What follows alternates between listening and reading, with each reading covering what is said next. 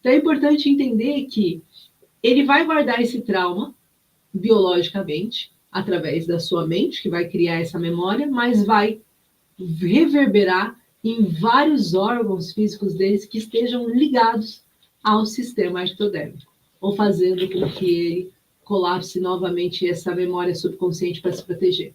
Então não é psicológico, é biológico, é celular. O corpo ele guarda aquilo que a mente não conseguiu suportar. Então, quando alguém vira para um paciente e diz assim, mas você tem que parar de pensar nisso. Gente, não dá, né? Eu posso até parar de pensar, mas o meu corpo está lembrando, né? Aí você fala assim, não, Gi, não deve ser assim. Pensa comigo. Sabe quando alguém aqui já teve? Me diz aí, meninas do comentário aí, meninas e homens que estão aí, a Sônia Santana, que chegou agora também há pouco tempo. Me diga aí, quando alguém fala uma palavra e aquela palavra, com a entonação que ela deu, te lembra uma música. Alguém já passou por isso ou só eu sou louca? Só eu que penso isso. Às vezes a pessoa fala uma palavra e daí, de repente, já começa a cantar a música correspondente àquela palavra. Por que isso acontece? Porque aquilo abre uma memória. Então, significa que essas memórias, elas são ativadas no corpo, no cérebro, desculpa. Agora, imagina só, quando você apanhou muito, e agora eu vou dar um exemplo de pessoas que sofreram agressão física. Eu lembro de uma altura que eu fui tocar num aluninho meu, se chamava Tarik. Lindo, lindo menino. Ai, que lindo. Só de lembrar dele.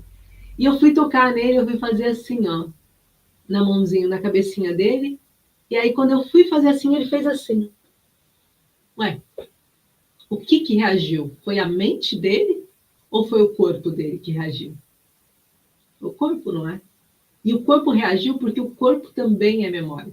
E eis um problema que muitas pessoas acabam esquecendo, que o corpo é memória. E se o corpo é memória, né, a gente precisa lembrar o nosso corpo de algumas coisas e apagar algumas memórias, né? Até tá ali o livro do Bessel dizendo o corpo não esquece. O corpo ele não esquece, mas a gente consegue criar uma nova memória ou limpar aquela memória da forma que estava ativa no corpo, para que, em vez dele fazer isso, ele comece a entender que aquilo é um carinho e que nem sempre ele vai passar pela mesma situação. Então, isso é uma coisa muito importante que a gente precisa dizer. Querido, estou vendo algumas pacientes minhas também, Geninho aqui. Estou vendo também Marisa, lindas. Sejam bem-vindas, viu, meus amores? Amo ter vocês, tanto como alunas, como pacientes. Amo. Bem, e aí a gente vai continuar aí falando, então, da manifestação das doenças derivadas ao trauma de rejeição. E eu quero falar para você que, de fato, existem sintomas e coisas que podem acontecer quando a gente está falando de um trauma de rejeição. Por exemplo, muitas pessoas desenvolvem transtornos autoimunes e fica tentando encontrar, vai em tudo que é especialista, faz um monte de exame para tentar descobrir o porquê que desenvolveu lúpus, por que desenvolveu psoríase, por que desenvolveu dermatite atópica, por que a criança nasce com dermatite, por que a criança nasce com eczemas, o que aconteceu para ela desenvolver isso? E não para pensar que o conflito por trás dessas doenças autoimunes relacionadas à pele são de origem ectodérmica, ou seja, são porque esse paciente passou por processos de rejeição, são porque esse paciente passou por processos em que ele se sentiu abandonado, excluído, injustiçado. Então, o corpo dele, a pele dele precisa se defender.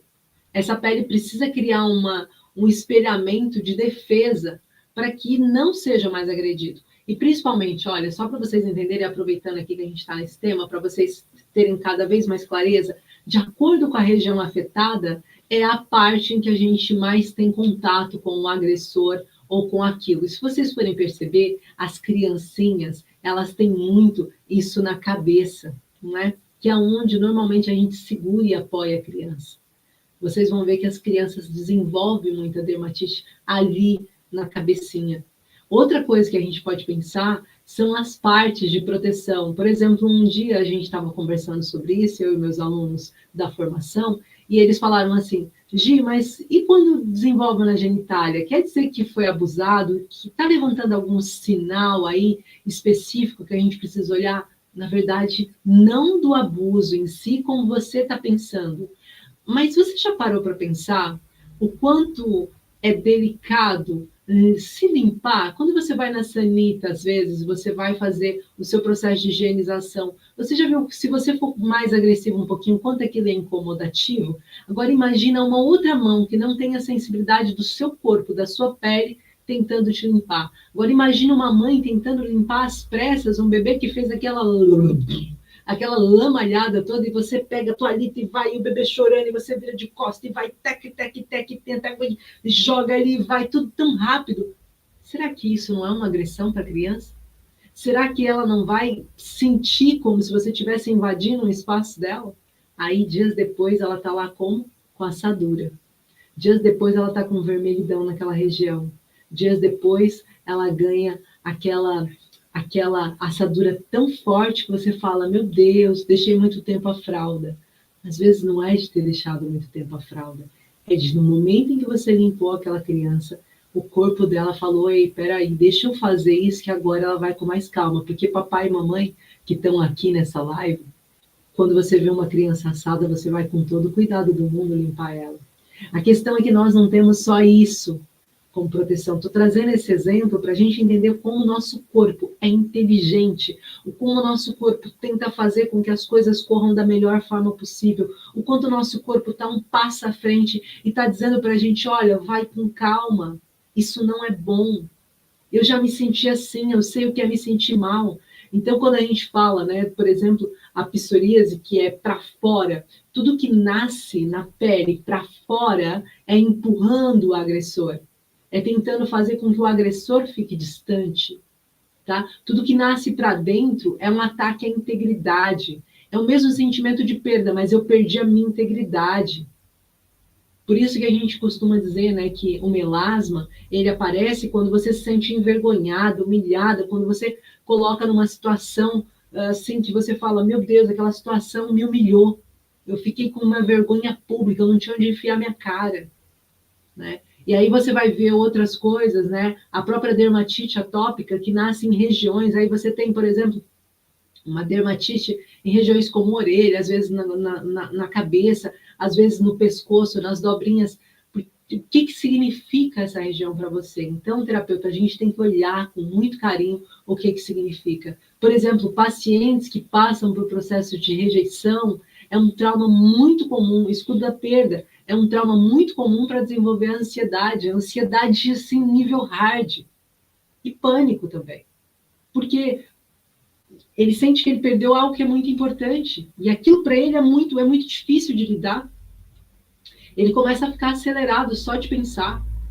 E se você for pensar, por exemplo, na medicina convencional e na psicologia clínica, existe um tipo de ansiedade chamada TAS, que é o transtorno de ansiedade de separação. É quando aquele paciente em si, acabou passando por um processo de separação que não consegue estar longe de uma certa pessoa por algum motivo, e quando sai de perto, ele fica extremamente acelerado, preocupado, ansioso. Eu dei um exemplo outro dia da minha paciente Maria, aqui para vocês. Então, depressão profunda.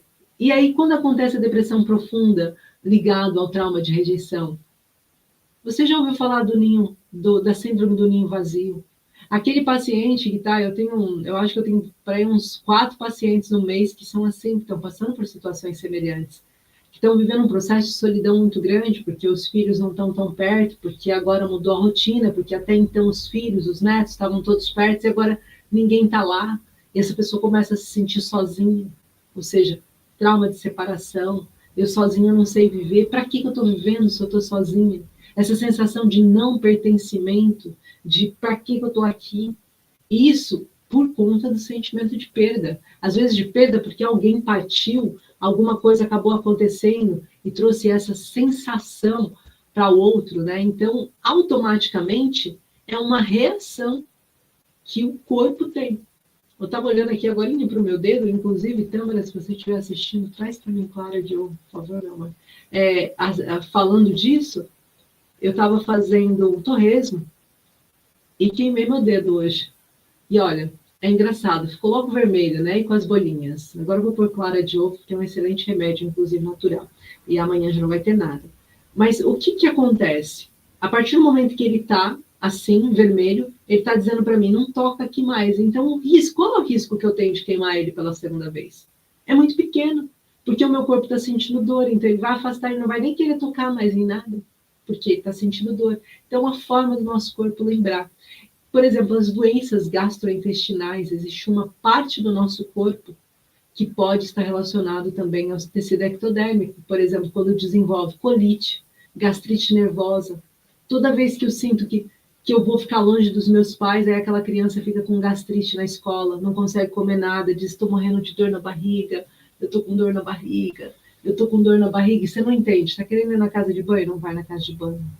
Está querendo beber alguma coisa, o que acontece? Não sabe, está ali, né? Essa hipersensibilidade sensorial também, que às vezes acontece, uma perda auditiva, ou o ouvido extremamente sensível, né? Também é ligado ao tecido da perda. Então, são coisas que são importantes aí. A perda do contato, é melhor eu não ouvir mais esse som que me lembra que eu estou aqui, sabe? Então, essa sensação da perda é algo muito importante. Então, é necessário que a gente entenda que esse vínculo entre o tecido, o folheto, e o que faz com que o meu paciente permaneça nesse ciclo, sabe? Que ele está ali sempre. Enquanto eu não consigo olhar que o que está por trás de doenças como essas que eu estou trazendo aqui, podem ser o paciente com trauma de rejeição, de eu quero ser amado e não estou sendo amado, eu preciso ser escolhido e não estou sendo escolhido, o amor só vem depois do pertencimento, eu não consigo me achar em lado nenhum.